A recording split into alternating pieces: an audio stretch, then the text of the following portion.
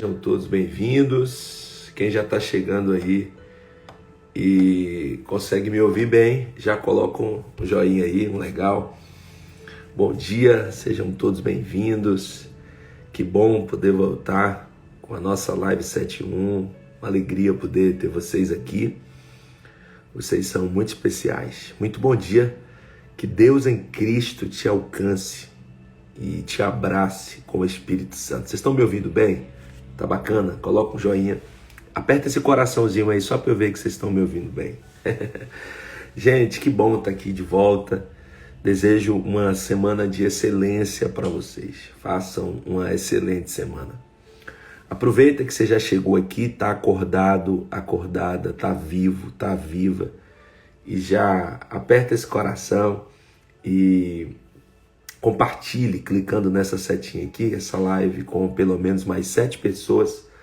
Vamos acordar mais 7 amigos aí para que possam estar aqui com a gente. Gente, hoje nós estamos aqui no nosso devocional 7.1 e o propósito durante essa semana, de hoje até sexta-feira, é juntos estudarmos o livro de Jonas.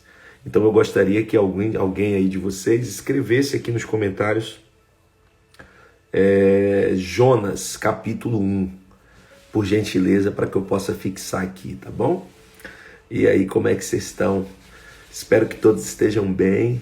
A gente ficou ausente aí por 2 semanas, mas voltamos hoje com tudo. Então vamos acordar, vamos despertar. Já pegue a sua Bíblia. Eu já estou com a minha Bíblia aqui, já estou com a minha caneta. Para você que não sabe, a Live 7.1,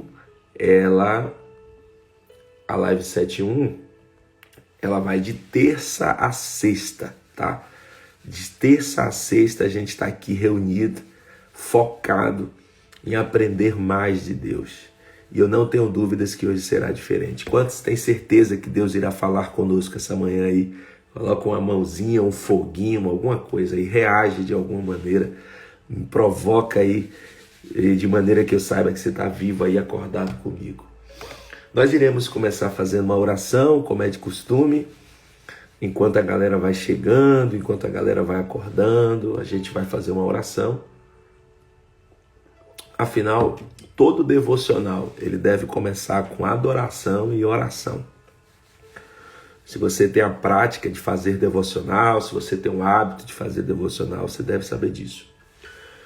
Então vamos lá? Vamos fazer uma oração? Quantos querem oração aí? Maravilha.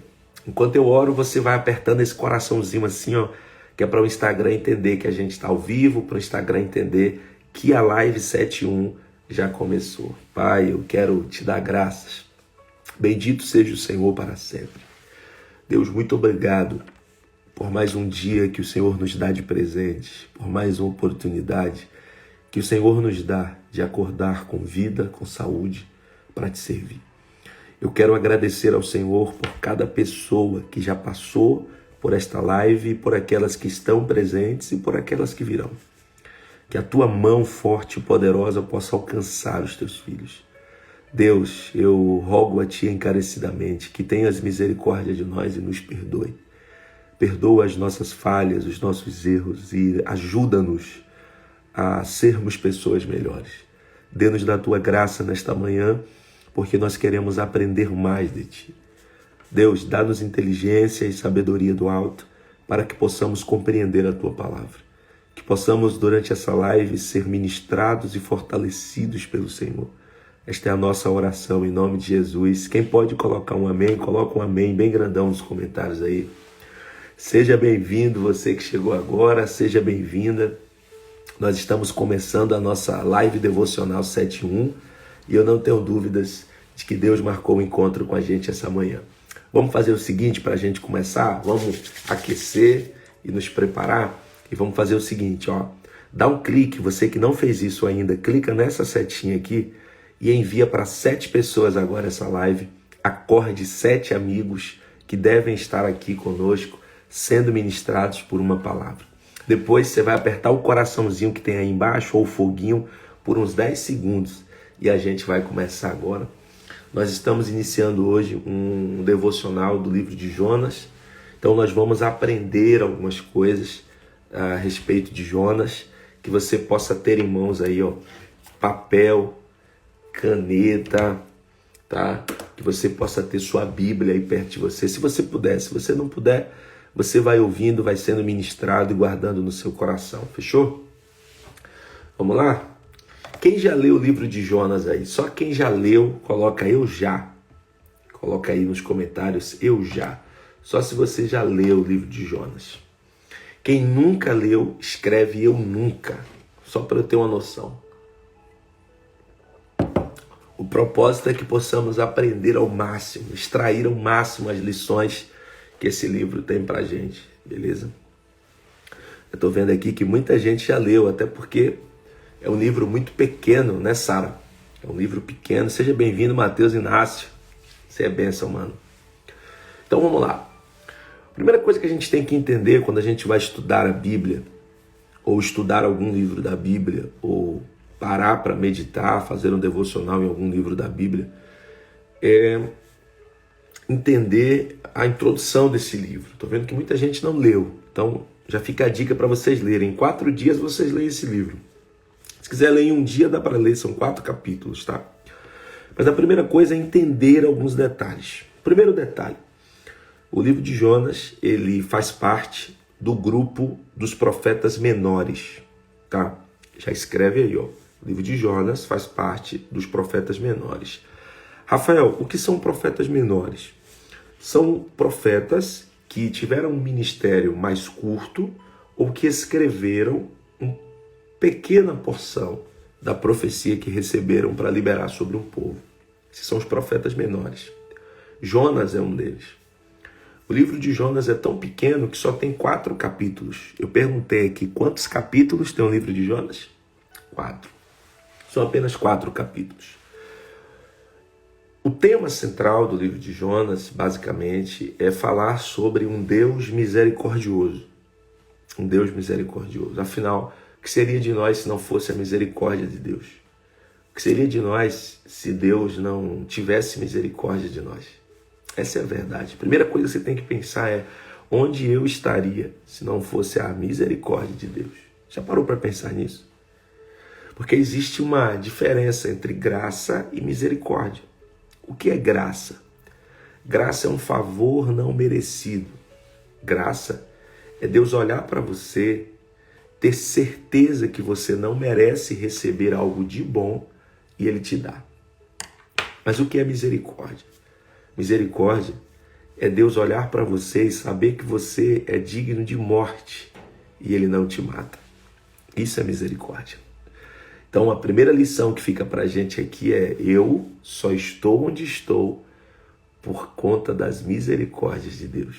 Você consegue dizer amém por isso? Você que chegou agora na live, você só está vivo hoje por causa da misericórdia de Deus. A sua casa só permanece de pé por conta da misericórdia de Deus. Você só conseguiu acordar hoje com a vida por conta da misericórdia de Deus. Então o livro de Jonas tem como tema central a misericórdia. E a misericórdia é você merecer a morte e Deus não te matar. Isso é misericórdia.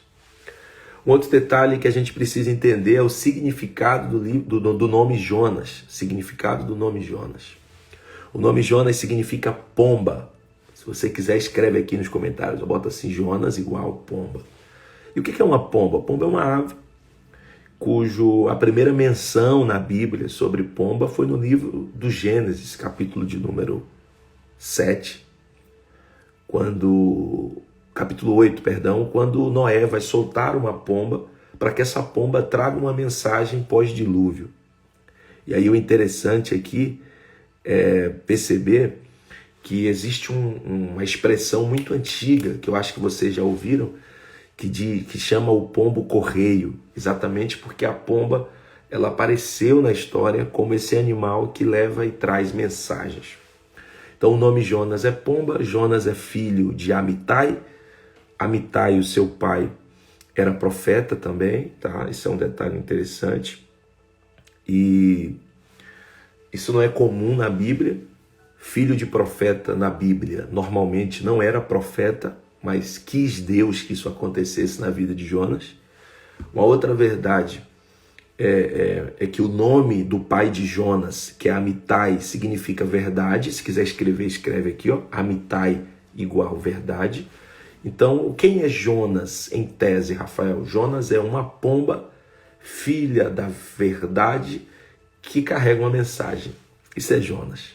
Jonas é um profeta que carrega a mensagem. O que você tem que entender é que nós somos também, aqui de forma alegórica, como uma pomba. Nós carregamos uma mensagem. E nós precisamos conduzir essa mensagem entendendo duas verdades. Primeira verdade: quem carrega a mensagem não escolhe a mensagem que carrega. Anota isso aqui, ó, que você é brabo. Anota isso nos comentários. Quem carrega uma mensagem não escolhe a mensagem que carrega. Você precisa entender que a mensagem foi Deus que depositou em você. Tá? Você precisa guardar isso em seu coração.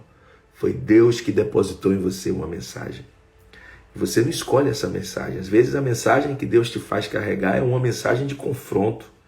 Às vezes a mensagem que Deus te faz carregar é uma mensagem que vai encorajar alguém. Então, o mensageiro não escolhe a mensagem que carrega. Tá? E a segunda verdade é que ainda que você não goste do destinatário, você precisa transbordar na vida dele a mensagem.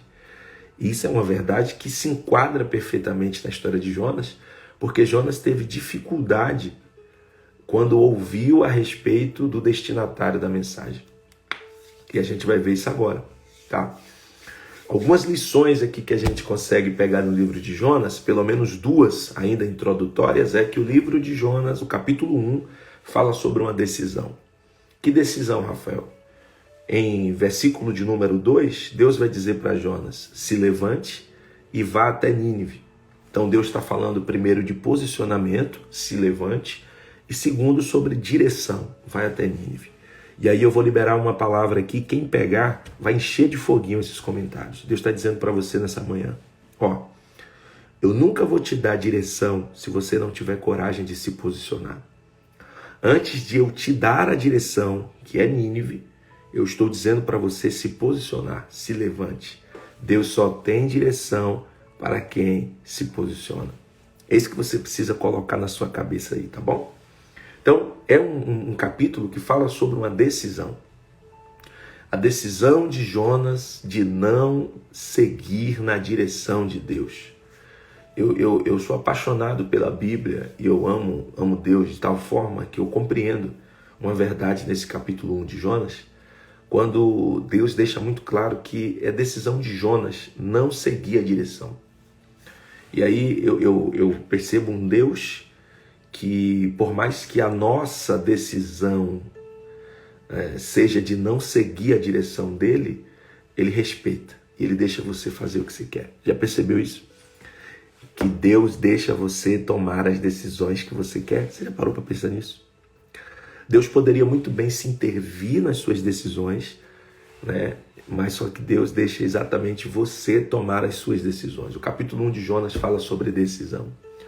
O capítulo 1 de Jonas também já marca, né, traz uma marca que Jonas carrega ao longo dos anos de fugitivo. E aí eu vou fazer uma pergunta: como é que você quer ser lembrado ao longo da sua vida? Qual é o legado que você quer deixar? O legado que Jonas deixa é um legado de fugitivo. Todas as pessoas que vão ensinar, pregar, falar sobre Jonas sempre o apontam como fugitivo. E aí fica a pergunta: como é que você quer ser lembrado? Você tem certeza que quer ser lembrada como a mulher que foge dos propósitos de Deus? Você tem certeza que quer ser lembrado como o homem que foge do chamado de Deus? Você quer mesmo e tem certeza disso, que os seus filhos, que os seus netos, que as pessoas que estão próximas a você se lembrem sempre que você é o homem ou a mulher que decidiu por conta própria não seguir a direção de Deus? É isso mesmo que você quer para sua vida? Comece a pensar nisso. Como é que você quer ser lembrado ao longo da história? E quando a gente vai descendo aqui no capítulo 1, eu encontro pelo menos 5 lições no capítulo 1. 5 lições. A primeira Eu já citei que antes de Deus dar a direção, Deus vai cobrar posicionamento. Mas a segunda está no verso de número 4.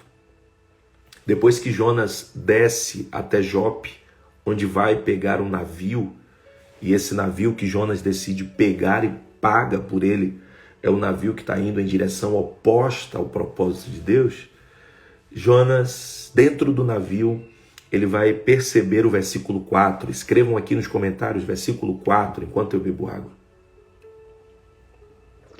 O versículo 4 diz que o Senhor mandou ao mar um grande vento. E aí, quando esse grande vento vem ao mar, uma tempestade muito grande se forma. E essa tempestade, o texto deixa muito claro que quem mandou foi o Senhor. Eu quero que você escreva nos comentários assim: o Senhor mandou uma tempestade. E aí fica uma lição extraordinária do capítulo 1 de Jonas.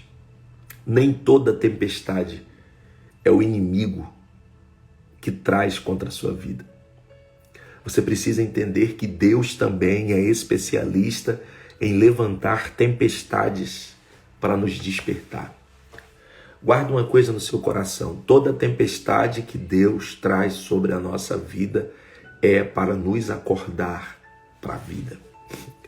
Você está dormindo, cara, você está igual Jonas, você está meio perdida, distante do propósito. Então o Senhor está mandando a tempestade. Para de colocar na conta do inimigo da tua alma algumas coisas que estão acontecendo na tua vida. Para de colocar na conta do adversário da sua alma algumas coisas que estão acontecendo ao teu redor, porque tem tempestades ao teu redor acontecendo que não é o diabo, é Deus. Entenda isso de uma vez por todas. O texto é muito claro, foi o Senhor que mandou a tempestade, tá? E aí vem uma outra lição no capítulo 1 de Jonas, que essa para mim é fantástica. Você precisa entender que quando a tempestade mandada pelo Senhor chega, que o barco começa a balançar muito, e o barco começa a sofrer pancadas das ondas desse mar bravio, o mestre do navio, ou aquele que era responsável pela embarcação, se preocupa. Só que ele deveria ter se preocupado antes. Pega isso aqui, ó, vou liberar uma vez só. Pega isso aqui. Por que que o mestre do navio, ou por que que o chefe dessa embarcação não se preocupou antes com quem entrou no barco dele? E aí fica a dica, eu quero ver quem tem coragem de escrever aqui nos comentários. Cuidado com quem você permite entrar em seu navio, ou no navio da sua vida. Por que que ninguém questiona Jonas antes dele entrar na embarcação? Ora, porque ele estava pagando. E aí nós temos um péssimo hábito de permitir todo tipo de pessoa entrar no navio da nossa vida porque está nos dando lucro de alguma maneira.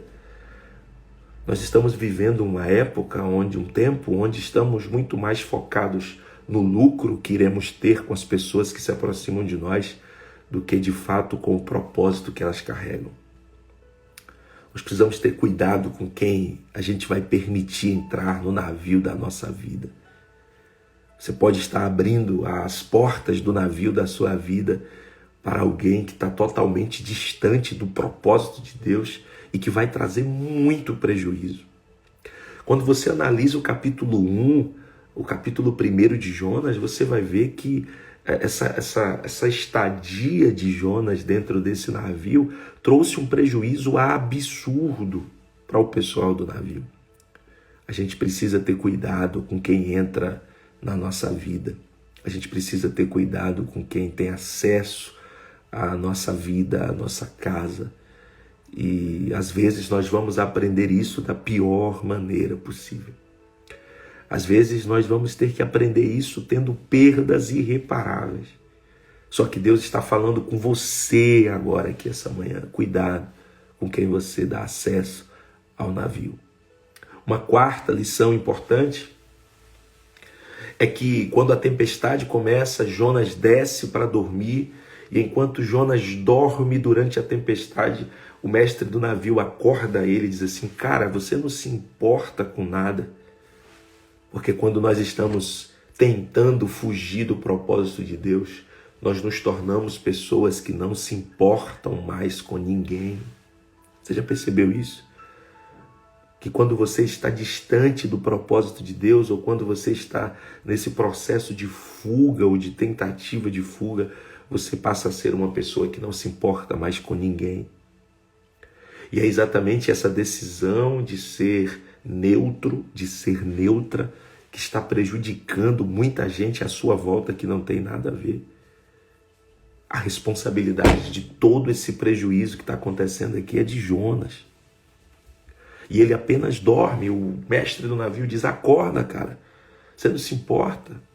E aí tem algo interessante no verso de número 6, quando o mestre do navio diz: clame ao seu Deus, faça alguma coisa, cara. E você lembra que Jonas estava tentando fugir de diante de Deus, e o mestre do navio está levando Jonas para perto de Deus. Eu não sei se você percebeu ainda, mas quanto mais você tenta fugir de diante de Deus, mais Deus cria circunstâncias para te levar para perto dele. Deus abençoe minha amiga Cristiane. Quanto mais você tentar fugir de diante da face de Deus, mais Deus vai criar circunstâncias para te levar para perto. Quanto mais você tentar fugir do propósito de Deus, mais Deus vai criar circunstâncias para te levar para perto do propósito. Isso é muito forte. E a gente vai percebendo que não tem como fugir, nem de Deus e nem de quem somos. Porque quando Jonas sobe do porão, e aqui eu estou guardando uma senha poderosa sobre porão, guarda isso aí, que eu vou liberar no final. Quando Jonas sobe do porão, o pessoal vai perguntar para ele: cara, o que você faz da vida? Quem é você? De onde você vem? De que povo você faz parte? E todas essas perguntas vão fazer Jonas lembrar da identidade dele, da essência dele. Porque não tem como você fugir de quem você é de verdade.